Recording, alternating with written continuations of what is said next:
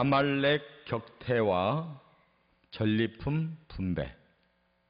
아말렉 격퇴와 전리품 분배, 이런 제목으로 말씀을 참고합니다. 앞에서는 이제 다윗이 블레셋과 이스라엘의 전쟁에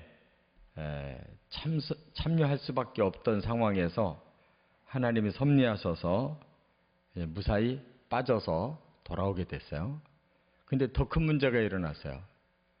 자기들이 거처하는 시글락 성이 아말렉 쪽에 의해서 점령돼 가지고 완전히 성은 불타고 또 모든 가족들, 가축들, 재산 싹 털어서 가져가 버렸어요. 그러니까 얼마나 황당했겠어요. 그래서 이제 다윗이 또 백성들에게, 군사들에게 또 오히려 죽음을 당할 그런 위기에 있었지만 하나님이 담대한 믿음 주시고 또 잘 화합이 돼서 이제 아말렉을 쳐들어가게 됩니다. 오늘 본문에 결국은 대승리를 거두었어요. 그래서 이제 전리품까지 챙겨서 돌아오게 됐다. 이걸 보고 전화위복이라고 그러죠. 우리들의 삶에도 이런 많은 기복이 있습니다. 잘 되는 듯 하다가 또 더 힘들어지고 이런 것이 반복되는데, 중요한 것은 큰 이 그래프는 점점 올라가면 그 사람은 성공적인 인생을 사는 거고, 잘 되는 것 같은데도 점점 삶의 그래프가 내려가면 그는 안 되고 있는 거예요. 그래서 우리가 다윗을 통해서 이렇게 점점 그의 삶이 상승되어 가는 그러한 비결을 오늘 본문에서 깨달아야 됩니다. 다윗의 그 마음의 품격을 볼 수가 있어요. 세 가지로 나눌 수가 있는, 첫째는 16절부터 20절에 보면 모든 것을 되찾고 전리품까지 거두었다 하는 겁니다. 이러면 되는 거예요. 잠깐 어려움이 있어도 회복만 되면 되는 겁니다. 거기에는 바로 그 다윗이 그만큼 또 아름다운 품격을 가지고 있었기 때문인데, 애굽 소년이 이 아말렉의 종이었는데 병들으니까 내팽개쳤어요. 그런데 다윗은 그를 먹이고 또 마시게 해서 살려주고 그에게 정보를 듣습니다. 그렇기 때문에 바로 지름길로 뒤쫓아 가서 아말렉을 섬멸할 수가 있었던 거예요. 그렇지 않으면 그 광야길이 얼마나 넓은데 어떻게 찾아가요? 참으로 막막했지만은 하나님의 인도하심과 또 다윗의 그 아름다운 품격을 통해서 이런 전화위복의 계기가 마련되는 거예요. 그러니까 사람은 선하게 살고 볼 일이에요. 선하게 살면 언젠가는 그것이 다 돌아오게 돼 있어요. 예수님도 어디로 가든지 누구에게든지 평안을 빌라고 그랬고 그 집을 축복하라고 그랬어요. 그 집이 평안을 받고 축복을 받을 만하면 그의 것이 될 것이고, 그렇지 않으면 너희에게 돌아올 거다. 그러니까 우리가 다른 사람을 항상 평안을 빌고 축복을 하면 그도 좋고, 안 되면 우리에게 돌아오니까 우리에게 복이 되는 거예요. 그렇게 했더니 아말렉을 바로 만날 수 있도록 그가 정보를 줘가지고 급습을 했는데, 그 시간에 아말렉 군대들은 완전히 자기들이 이 승리의 도취에 있어가지고 이렇게 가는 곳마다 다 우리가 탈취해가지고 우리가 크게 승리하고 많은 걸 얻었다. 그래서 막 술 파티를 벌이고, 그래서 그들이 전부 이 새벽에 다 잠에 빠졌을 거 아니에요. 다윗이 새벽에 공격했다는 거예요. 참 지혜로운 거죠.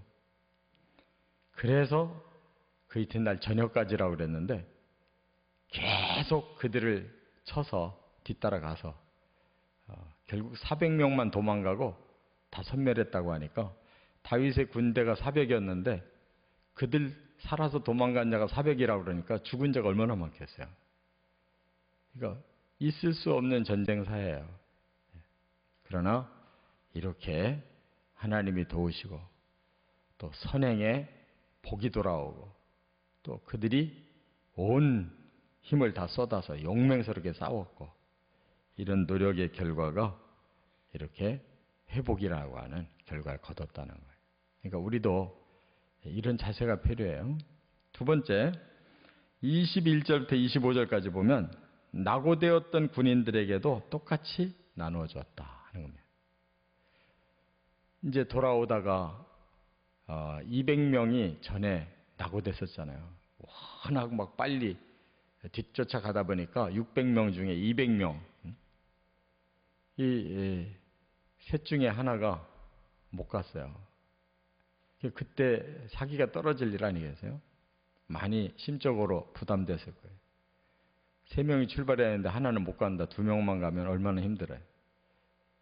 그들이 이제 돌아올 때 이제 환영을 나온 거죠. 그랬더니 성질이 못된 사람들이 저 사람들에게 전리품 주지 말아야 된다는 거예요. 가족들만 데리고 가라고 그러고 전리품은 우리가 다 가져야 된다. 그게 일반적인 생각이에요. 근데 여기 보면 악한 자와 불량배들이라고 말씀을 했어요. 사실 오늘날의 생각으로 보면 그 사람들이 정당한 거예요. 그렇잖아요. 근데 성경에서는 그들을 보고 악한 자와 불량배라고 그랬어요. 그게 뭐예요? 자기만 생각하는 거는 악한 거예요. 다 하나님의 공동체. 그러니까 다윗이 뭐라고 설명해? 하나님이 우리를 보호해 주셨고 하나님이 그들을 우리 손에 붙여서 우리가 승리한 거지 우리 힘으로 한 게 아니다. 근데 하나님의 승리를 하셨으면 하나님의 걸 가지고 나눠주는데 우리가 뭐라고 왈가불가 할 일이 뭐가 있냐. 바로 여기에 신앙인의 자세가 있어요. 세상은 지가 땀 흘렸으면 다 지 거예요. 근데 우리는 아무리 땀 흘려서 걷어들였어도 하나님이 주신 거예요. 그거 차이입니다. 그렇기 때문에 하나님 믿는 사람들은 그 이해관계를 따지지 않고 하나님 선물을 받았기 때문에 그냥 나눠줄 수가 있는 거예요. 다윗이 이러한 품격을 가지고 그 낙오됐던 자들을 오히려 더 미안하게 하고 더 부끄럽게 만들었으니까 그들이 다 다윗 편이 될 수밖에 없는 거예요. 이렇게 하나님께서 다윗을 사랑하시고 다윗도 그만큼 믿음으로 하나님 앞에 살으니까 이렇게 하나님과의 관계도 친밀하고 그 마음 가지고 사람들에게 베푸니까 사람과의 관계도 친밀해서 다윗이 왕이 될 수 있었던 거지 뭐 능력만 있다고 힘만 세다고 왕이 되는 게 아니죠. 이렇게 마음이 열려 있고 타인에게도 유익을 주려고 하는 마음이 가득했어요. 끝으로 세 번째는 26절부터 31절까지 보면 유다 장로들에게도 선사했다 하는 거예요. 이제 다윗은 마음을 더 넓혀요. 그래서 자기가 유다 지파인데 또 지금 유다 지파 남쪽에서 승리를 거두고 유다 지파로 올라오고 있었거든요. 그런데 장로들에게 이 전리품을 선물로 나눠줬다는 거예요. 이 말은 다윗은 마음이 더 커서 다른 사람들이 보지 못하는 것까지 보게 되는데 이 유다 지파가 피해자들이었거든요. 그래서 이 아말렉 족속이 이 시글락 블레셋 쪽만 공격한 게 아니에요. 이 유다 지파 쪽도 공격을 해가지고 다 뺏어간 거였거든요.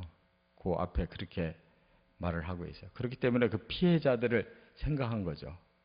그래서 가서 이제는 자기가 취득한 거를 다시 다 나눠주니까 잃어버렸던 걸 되찾았는데도 이거는 다윗에게 큰 선물을 받은 것이 되는 거예요. 없어진 것이 다시 왔으니까.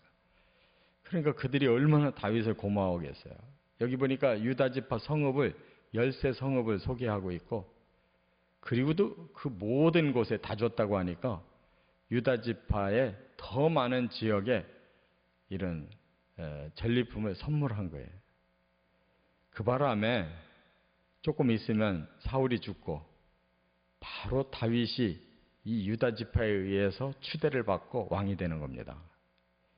그러니까 베푼 만큼 받은 거예요. 그렇게 뭘 바래서 뭘 미리 머리를 써서 준 게 아니고 그들이 피해자였기 때문에 그들에게도 유익이 되도록 이렇게 선사를 했는데 그게 또 더 큰 복으로 돌아와서 이 유다 지파의 추대를 받고 왕이 되는 거예요. 그러니까 선을 행하는 만큼 그것이 다 복이 된다는 거. 그는 성경의 원리예요. 그래서 오늘 본문에 보니까 전화위복이라는 게 이런 겁니다. 아주 곤고한 일을 당했어도 정신 바짝 차리고 믿음으로 강해지고 또 그가 좋은 품격을 가지고 이렇게 모든 일을 처리하니까 그게 오히려 복이 돼서 그가 왕이 되는 데에도 큰 밑거름이 되고 군대를 더 많이 신임을 얻고 또 백성들에게도 더 많은 신임을 얻어서 그가 충분히 왕이 되는 이런 축복의 기회가 된 거예요.